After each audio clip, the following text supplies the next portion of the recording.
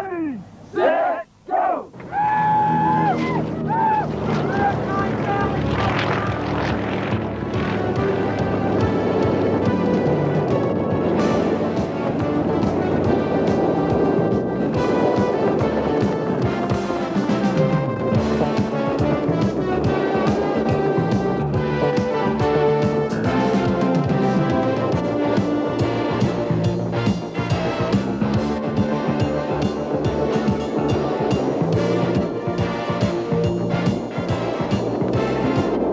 I'm Dickinson. For this film, I've come to DeLand in Florida for their annual Easter Boogie. Skydivers and skydiving cameramen will be here from all over America, but in particular, I'm going to meet up with Norman Kent, a Californian, who is widely regarded as being the best skydiving cameraman in the world. And together, we're going to try and show you some of the fun and the excitement of our exciting sport, skydiving.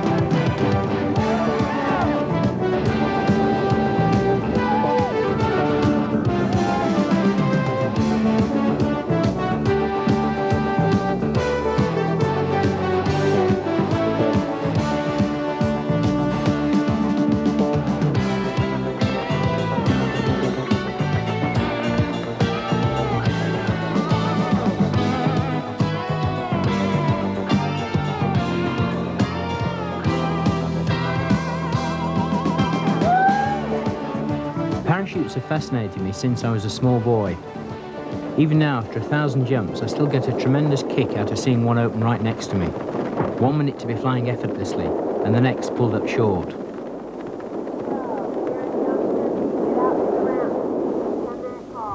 I've been coming to the DeLand Easter Boogie for a couple of years now. The Florida sunshine is an attraction, but mainly I come because it's where all sorts of new things are happening in the world of skydiving. Here, last year, they linked together 90 people in the sky. And this year, they're hoping for the magic 100. It's never been tried before, and it's something I very much want to film.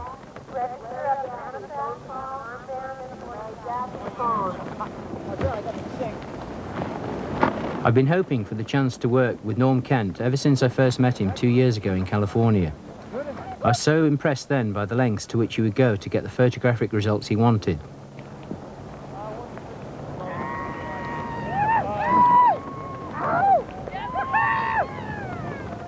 A large skydiving boogie like this, with so many aeroplanes and skydivers in one place, offers tremendous opportunities for filming.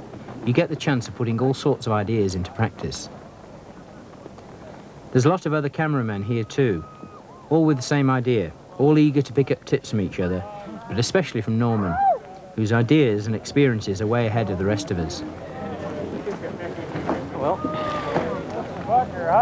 freefall photography is still very much in its infancy. You can't go out and buy the equipment you need off the shelf. It's up to each cameraman to work out the system that suits him best. And, as you can see, they come in all shapes and sizes. I've got some good stuff for you in the air as well. All the weight has to be carried on the head. You're too busy flying with your hands to hold cameras. And most people are happy enough to jump with just a video camera, and maybe one for stills. Where Norm is different is he regularly jumps with as many as 4 cameras on his helmet. What weight have you actually got here? I mean, it feels horrendous. 26 pounds in this particular setup. When I started obviously with less weight, and I started gradually adding more and more weight as I got more experience on, and I caught on the deployments of the parachute. There are a couple of things to consider. The deployment of the parachute must be in a certain way. It has to always be consistent. And there is also a body position that I have developed, or that I have adopted, and that's very important so you don't get hurt. And what cameras have you, why have you got 4? What are they all? Well, I have a 16mm camera right here, which will give me the highest quality for motion pictures, obviously. Then I have a video here, which goes with the same basic angle. They all have the same basic angle because I have to maintain one distance and they all fire at the same time. This video will allow me to look at what angle I have on the 16mm to be able to show whether it's a director or to see myself what angle we have and be able to analyze if we need to redo a certain angle. This one is a Hasselblad. It's a large format still camera. This 35mm actually plays two functions. It is actually a backup for this one because stills are very important, especially when you're doing record attempts and you need to document at least a completed photograph of the formation. And it also plays a little bit of counterweight, so the weight does not flow only on the top, but it flows around the front camera and does actually give you less buffet and it keeps the weight balanced. Otherwise, you could get snapped backwards. So there's a reason, a double reason for that one, and that's why I carry all four of them. Okay, can I have everyone's attention, please? I need everyone's attention. I need 8 people for the next Mr. Douglas load. If anyone wants to make a skydive, please come up here to manifest and talk to me. Okay, I just got to come round. Got to come round. A boogie is always a hectic time for cameramen. Not only must you get your personal cameras ready, but any cameras you want to place onto the aeroplane must be fixed between jumps. Here, Simon and I rush to get one onto the twin Beechcraft as she refuels. You have to grab your chances when you can. You mustn't slow down the boogie. Get them over there. So we're getting from front floater to rear floater and possibly a little bit more. Okay, that's fine. Let's get it on before they take off.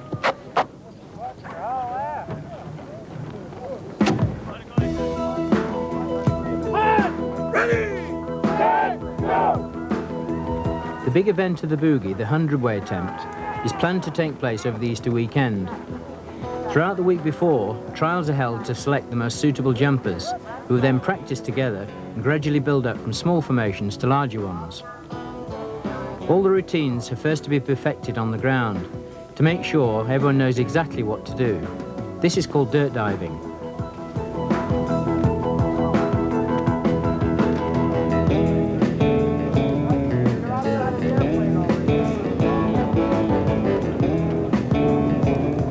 In good weather, you might hope to get in around 7 jumps a day, even more if you can pack fast or can afford it.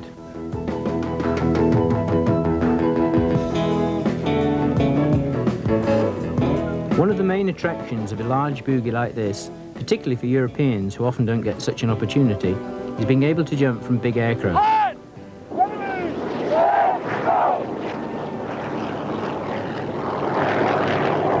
These old Dakotas enable as many as 40 people to skydive together.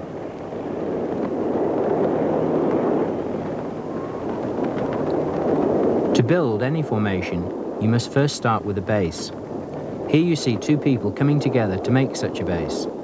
Their job is to hold steady and maintain a good ground heading, that is, without turning, allowing the other skydivers to fly into their preordained slots and gradually build up the numbers. A typical jump from a height of 13,000 feet gives only about 70 seconds of free fall. It's all over far too quickly, and to video or film is the only way the experience can be conveyed to people on the ground. But the shots you get are limited. Norm and I are always on the lookout for new camera angles.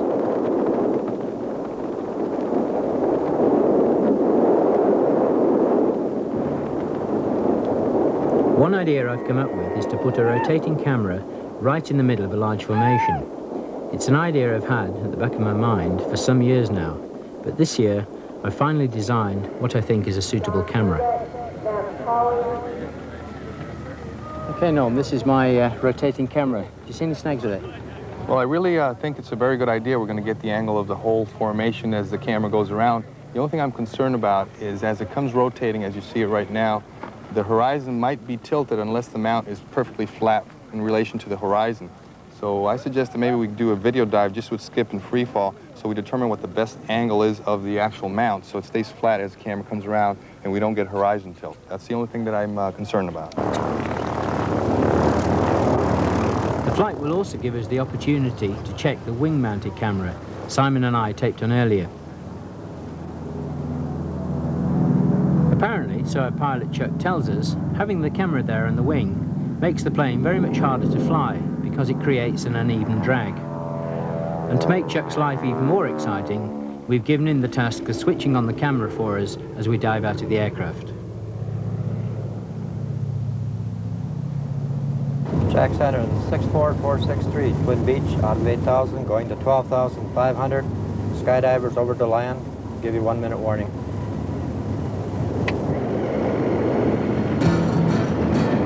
I like center floating, which is a position in the middle of the door outside of the airplane, because when you exit the airplane, you have a clear view at everybody else exiting, and it makes for a really good shot. It also gives you a head start on anybody else for good positioning when the formation just starts getting built. Ready, set, go!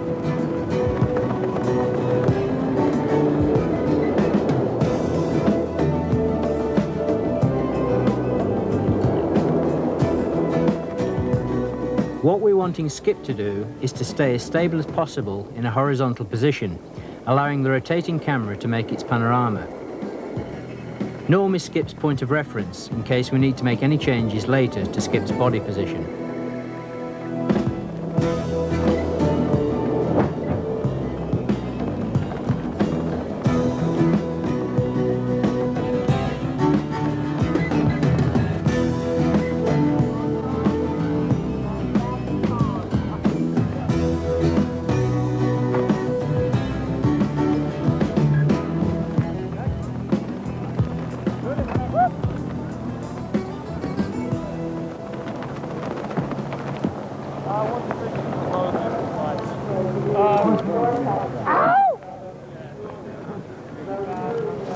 Take a look at the video and see what we got. But I think as it was coming around, it did tilt up a little bit. How did it feel, It's different from the front. I was too clear on the signal.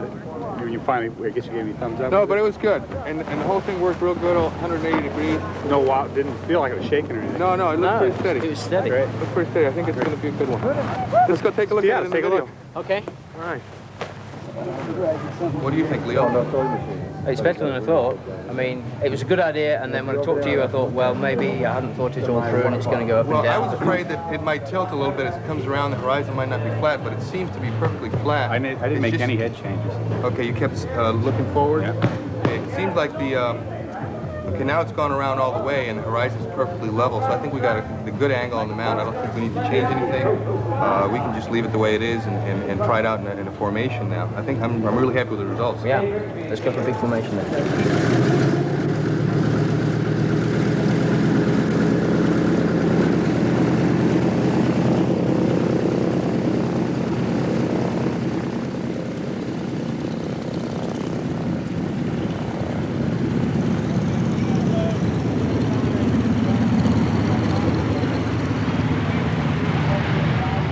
As with all my new ideas, there's a danger that enthusiasm can race ahead of practicalities.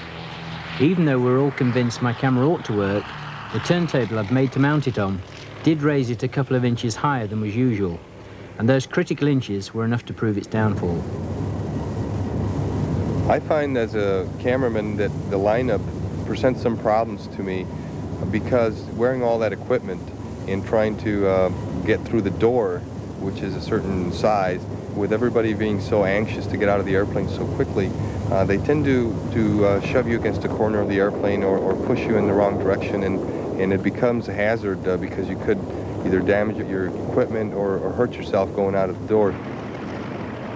Norm's words were to come prophetically true. Watch as Skip goes out, how the camera hits the top of the door frame.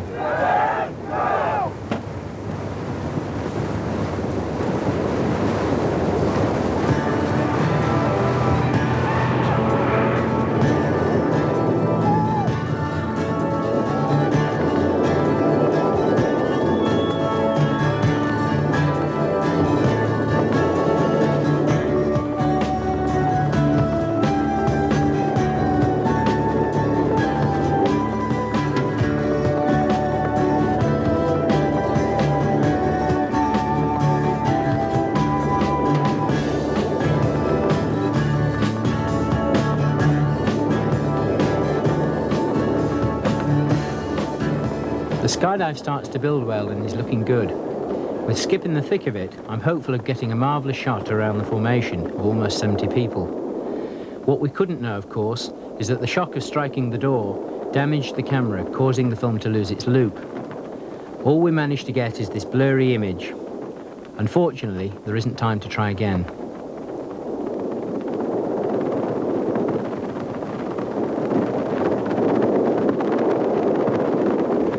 Most people think that the cameramen get hurt or their danger comes at the time of landing the parachute.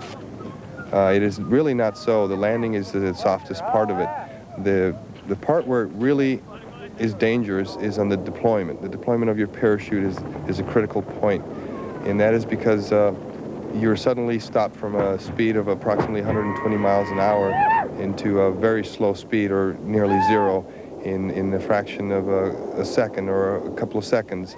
And that change in speed tends to jerk your cameras and hurt your neck sometimes. So it is very important to keep a certain body position and be aware of the deployment of the parachute to avoid from getting hurt. I had a very hard opening and I lost the whole helmet. I had been trying a new parachute, and unfortunately I did not jump it without the cameras before jumping it, because I had been trying the same kind of parachute, the same manufacturer, and I've been getting real good results and real soft deployments. And at that point, I decided that I could use it and without testing it. It was a mistake, and I had a very explosive opening deployment of the parachute, and it was so hard that it tore the helmet right off my head. It broke the straps, and the helmet just went down. It was really sad to see it, you know, going down so fast, especially disappearing into the ground. One of the things you have to live with in skydiving is that these aging aeroplanes need a lot of coaxing to keep them flying. These DC-3s, which saw service in the last war, are all over 40 years old, and sometimes it seems they spend more time on the ground being patched up than in the sky. But they are essential for building large formations. In preparation for the 100-way attempt later in the week, I now swap my camera from the Beechcraft to the Bird machine. Not easy to do when the plane has been sitting in the hot sun for hours, and the wing is so hot you could fry an egg in it.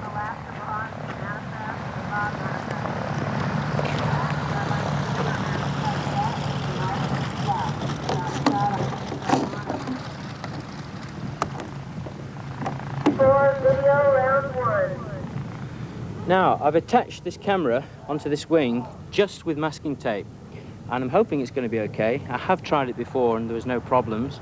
And when I tested it, we had 3 people hanging onto this mount, so I'm pretty sure that it's going to be strong enough to withstand the 120 miles an hour of wind that's blowing over the top of it.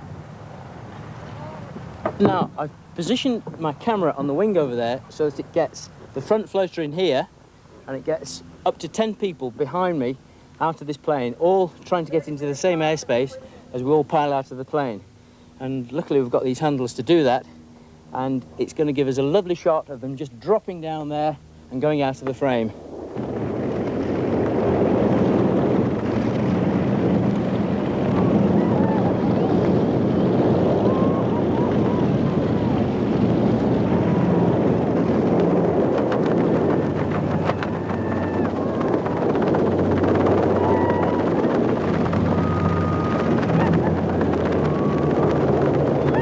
A shot which Norm has developed and which has become one of his specialities is his flip over, and I'm keen to get him to demonstrate it for me. Perhaps it's not immediately obvious what he was doing when he flipped over, but now see what he gets as he talks us through his shot. I have tried different techniques on getting above angle and below angle of a formation, and the way I accomplish this is I establish first a shot from above formation, and slowly I start coming down level with the formation and start diving towards the formation, brushing the edge of the formation, and as I go past it on the level, I flip my body over and end up facing up at the formation. I'm able to do this without losing the frame most of the time. I've gotten some practice with it, and this way being able to get an underneath shot in which the formation becomes smaller and smaller as you go away from it once you've passed it, and it's a really nice effect. Isn't that brilliant? One of the things about free fall photography is that as you get involved in filming a formation, you tend to lose track of the time and track of the altitude. So I have 2 audible altimeters rigged up in the helmet. One of them on one ear, the other one on the other one. One of them is set for an altitude of approximately 4,500 feet, which is about 1,000 feet higher than the normal break-off altitude of a formation. That gives me about 5 seconds of warning before they actually break the formation, so I can get prepared for my last shots, and I can be sure to be out of the way for when they start dumping their parachutes. The first one sounds like this. After that happens, I continue doing my shooting, and we keep free falling, and I have the second one set at an altitude that's more for safety more than anything else, and that safety altitude is set at about 1,800 feet.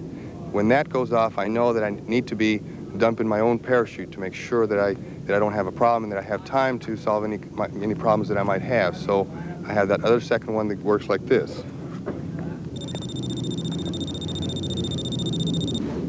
And at that point, I have to have some parachute behind my back, or I can be in a lot of trouble. Look at it.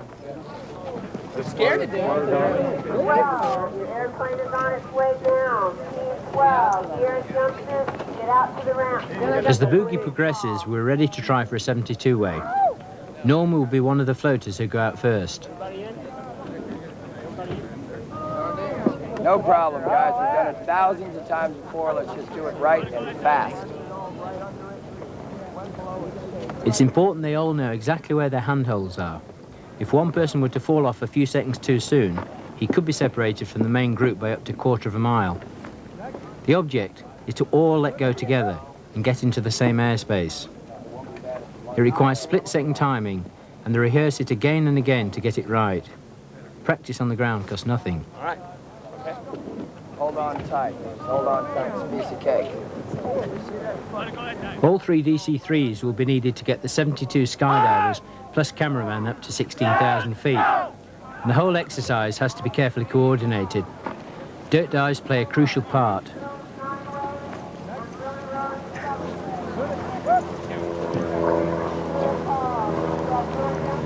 The whole formation is arranged on the ground, and Guy, one of the load organisers, goes around checking that everyone knows his correct position.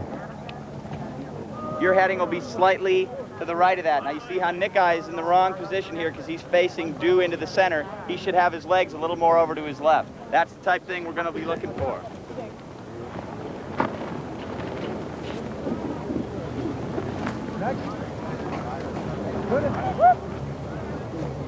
Okay, you want to be, you're not listening, you want to be on heading. The same heading that Sam's on.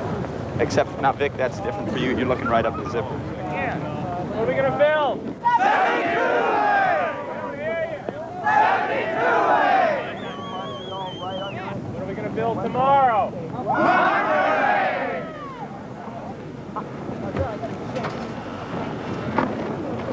The load organisers might be able to bring everyone up to the right pitch of enthusiasm.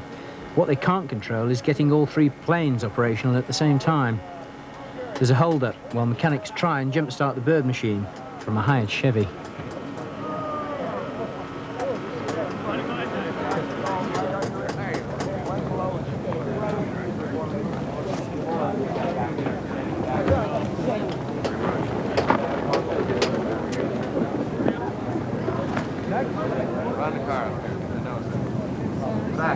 Enforced hanging about can quickly take the edge off your enthusiasm. And by the time the plane is ready, drop zone operator Tom Paris has to psych everyone up all over again. Lots of smiles out there. Get it up! Woo! Come on! Hello! Hello! Get it up! Woo! Come on! Up, Simba! Up, up, up! Ow! Right! Absolutely! Good, man. It's not like they... He hits it. Beat his ass up on the ground. One more quick dirt dive gets everyone back into the right frame of mind, and then at last we're off.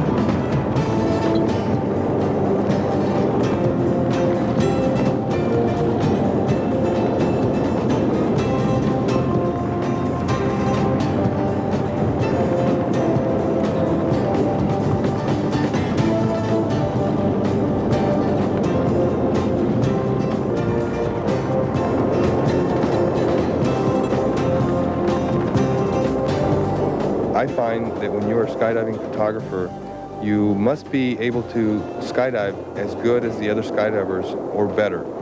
You're asked to do things that are very difficult that normally other skydivers would not think about and would not do. So you must be a better skydiver than the people that are jumping, or at least as good as they are.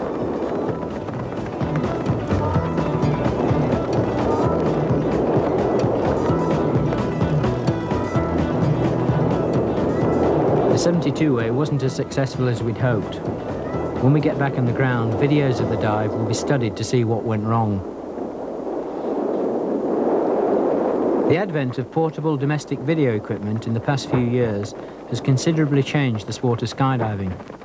It has meant that jumps can be replayed instantly to be analysed for mistakes. Previously, when a formation broke up, you had to rely on honesty, in owning up, or someone pointing the finger.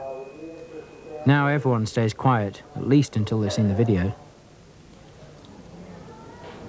All freefall competition jumps or record attempts are now accompanied by at least one cameraman. No wonder the video camera is called the spy in the sky or the one-eyed axeman. The video camera has become judge and jury.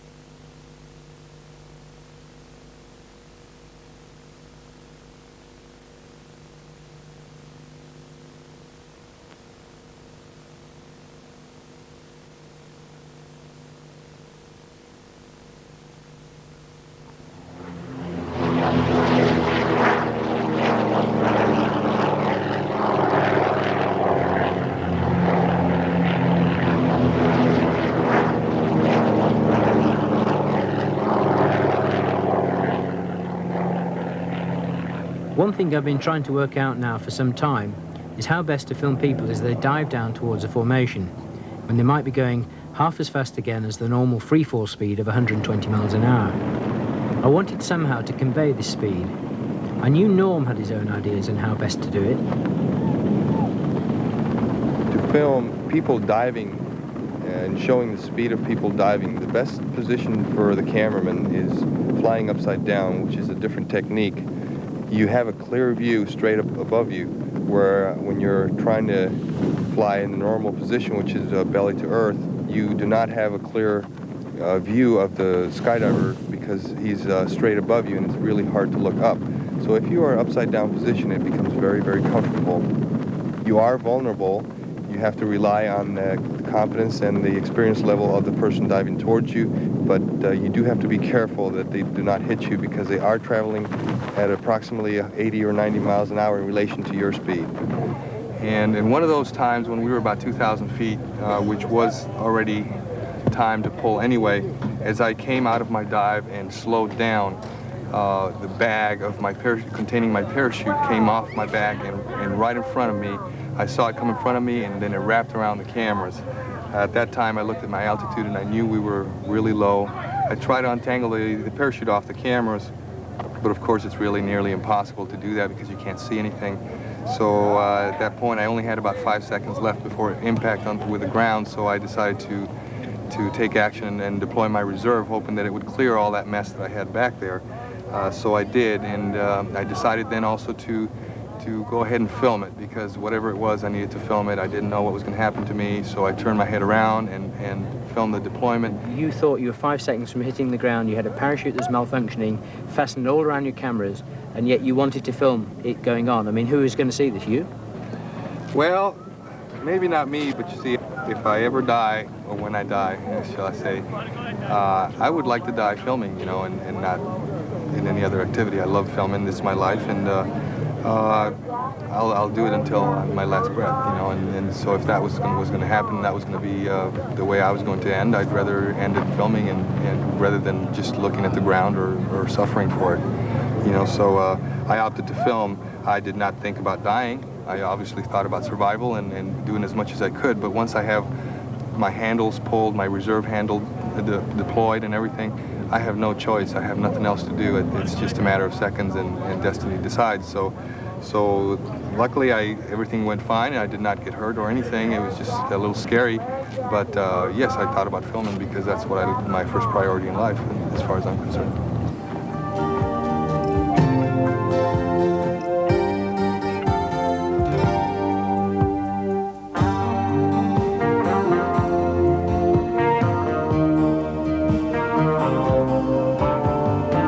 Once your parachutes are open, there's another sort of formation you can build. It's called canopy stacking, when you link together in flight, and has only become possible now that square parachutes have taken over from the old-fashioned round ones.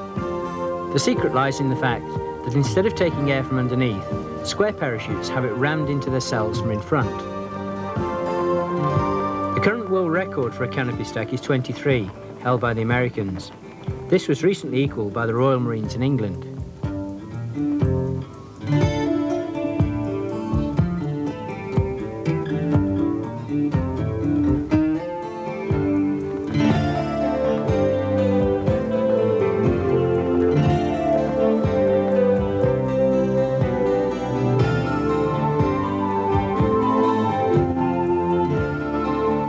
Provided all the parachutes keep in harmony, they can be flown like a giant aeroplane. But as the stack grows longer and heavier, the slightest swing in the wrong direction can cause it to oscillate and blow apart.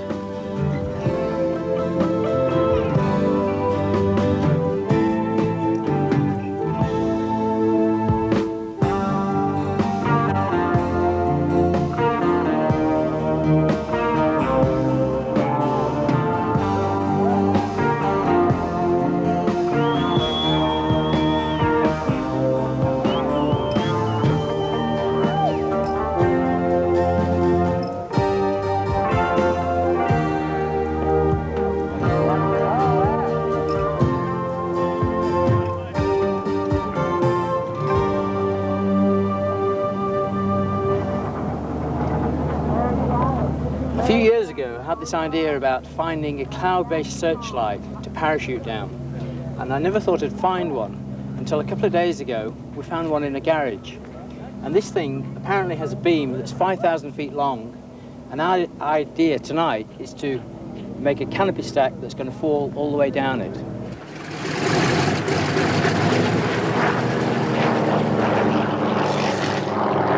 Nine of us go up in Chuck's Beechcraft to an altitude of 14,000 feet. From up here, I must say, the searchlight looks a bit small and weak, but of course it should become more intense as we get closer to the ground.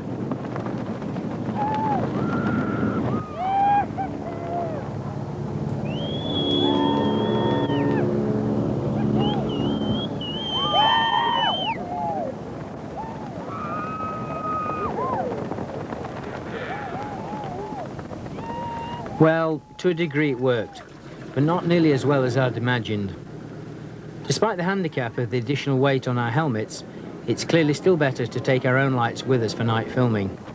You get a much more constant light source that way. It's what we do the next night when we go up again to film the Air Bears, the American four-way champions, practicing their sequential dives.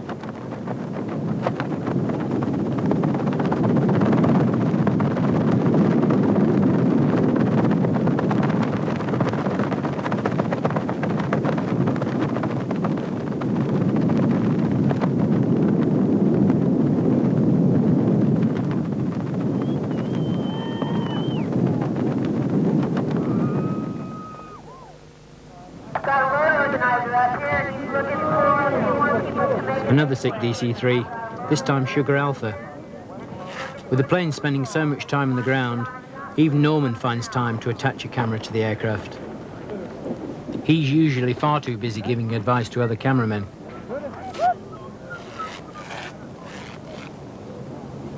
He's going to put one of his N9s on the tailplane to get an exiting shot, this time coming towards the camera.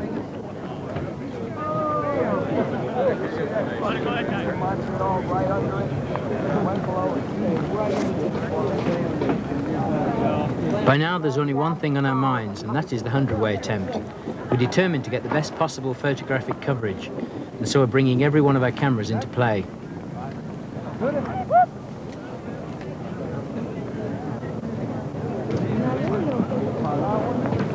The long selection process has been completed. The unlucky ones eliminated from the attempt can only sit around and watch. Those who have been chosen go through their last-minute preparations and seemingly endless dirt dives. Ready, set, go!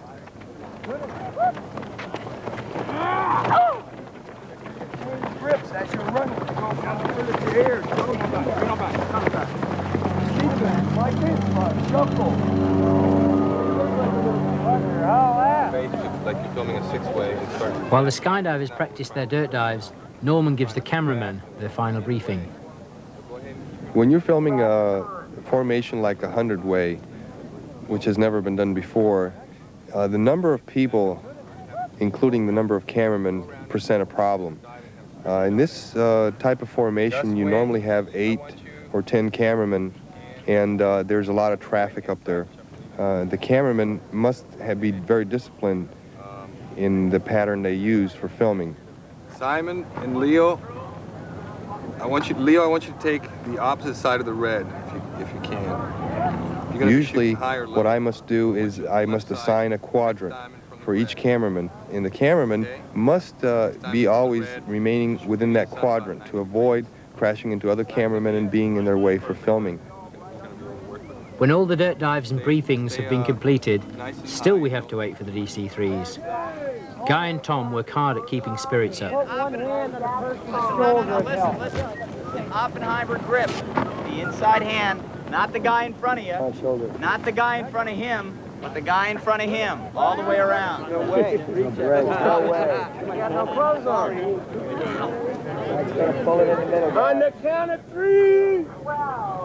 Ready? 1, 2, 3, 6.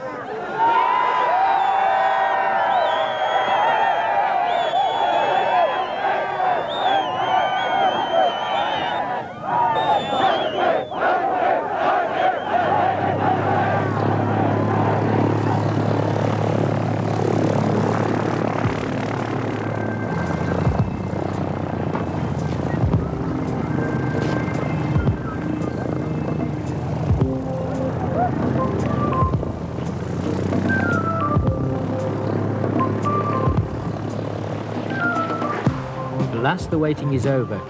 We are assured that all 3 aeroplanes are now fit and ready to go. Sugar Alpha is given a short test flight, and after that it's all aboard.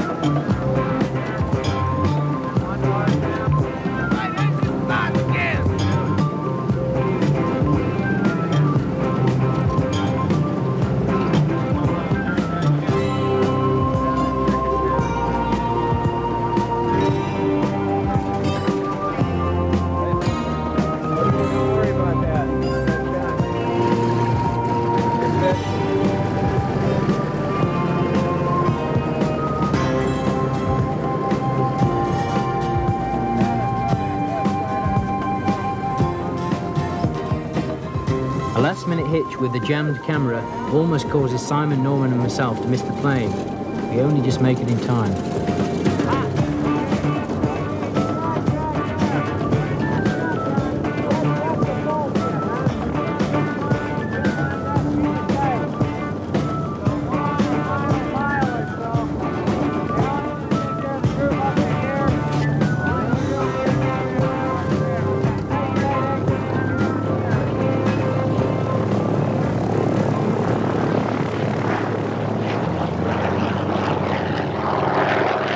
So finally, after the weeks of preparation, the moment we've all been waiting for.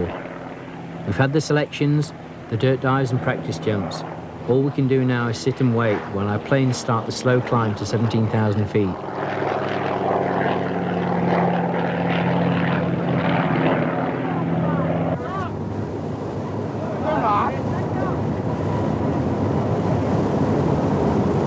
Back in the early 60s, 2 people first passed a baton in free fall, and that was the start of formation flying.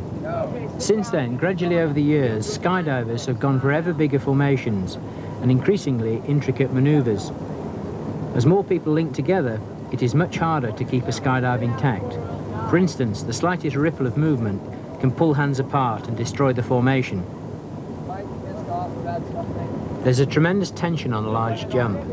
No one wants to be responsible for causing it to fail. In a way, the pressure is worse now we have video. Watched by the world's experts, it's not just one jump, but your whole ego and reputation that depend on performing well. You hear a word said. Pull your fingers up and make sure we see it. Let's circle it up. I don't mean in a minute. Let's go.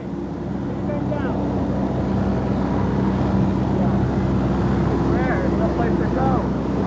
Run slowly up and I will pick them up. Hypoxia, or oxygen starvation, can be a problem at these altitudes. The planes might have to hang around up here for about 15 or 20 minutes before their information and coming in for the final run-in. Back up, Ron. Up against the wall, Ron. All right, listen, we took a lot of time off this exit with our climb out. As we come over the drop zone, Rocky has a last-minute check that the spot is right, and it's all systems go. Get out the door.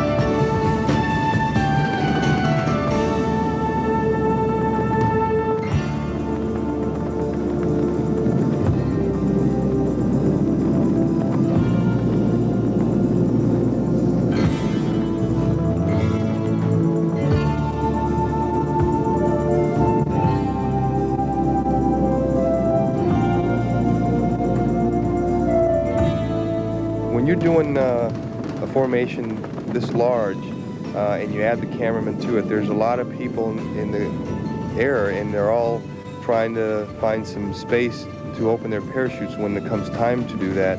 And it's very important to have a very disciplined break-off.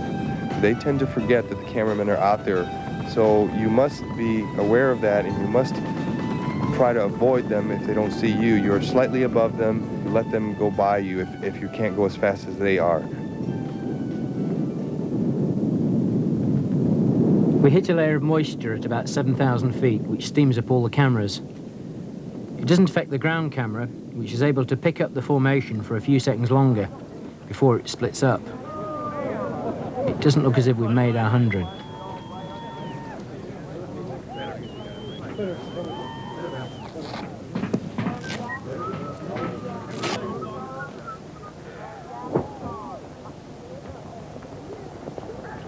Last year, when they got 90 people together in DeLand, everyone was jubilant, sure of success. The judges on the ground were happy, and it was only when the videos were played back that it was found that the formation had not been held for the regulation 3 seconds, so it couldn't count as a record.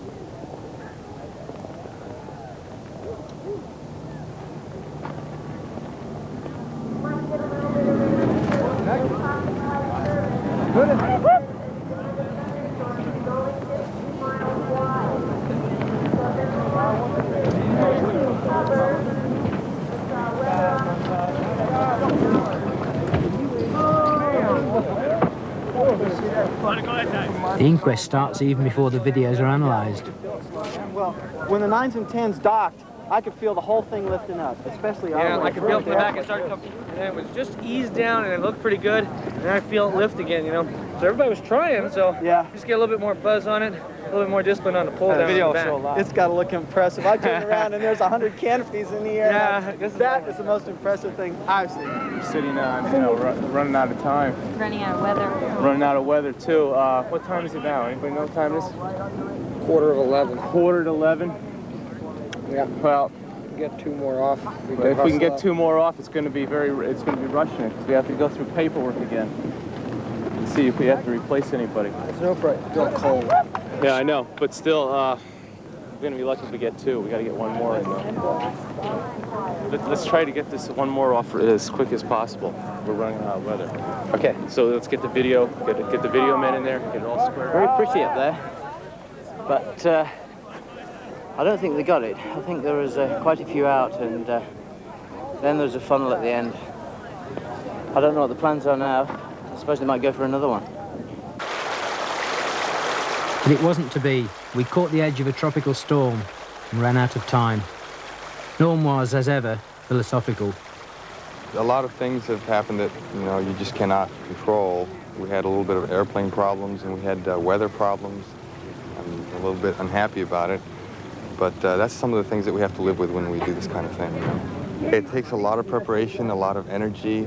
I don't know, it might happen later this year, it might not happen until next year. It's hard to say. It's something that people really want. It's a magic number, it's a first 3-digit number, and I think there'll be several tries at it. I don't know when it'll happen, but I can see it coming.